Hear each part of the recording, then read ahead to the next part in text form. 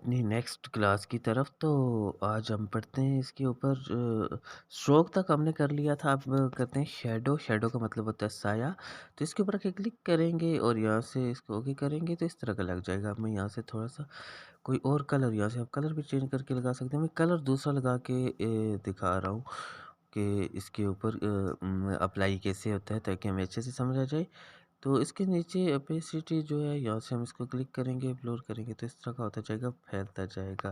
तो इसके बाद यहाँ से ओके करें। अगर इसको आप आउटलाइन ग्लो में करना चाहते हैं, आउटर ग्लो में, असल में सिर्फ इसके अंदर बहुत सारे ऐसे ऑप्शन हैं। ये देखें, ये नीचे वाले किस साइड से आपको चाहिए, इसके बराबर चाहिए, पीछे चाहिए या आगे चाहिए, आप यहाँ से कर सकते हैं।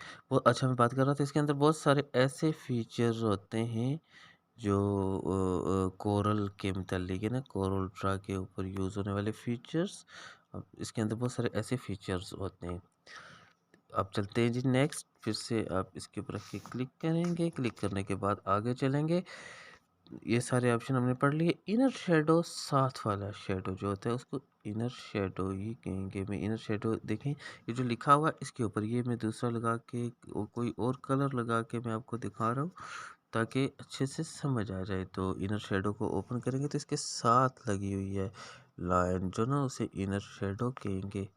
इसके अंदर भी हम थोड़ी बहुत चेंजिंग कर सकते हैं। ये देखें, जितना हम इसको बढ़ा रहे हैं, ये हम इस कलर में भी इस तरीके से भी इसको लगा सकते हैं। ये देखें, जिस तरह आपको चाहिए। बहुत अच्छा फीचर्स है ये, इसके अंदर फीचर्स मौजूद हैं।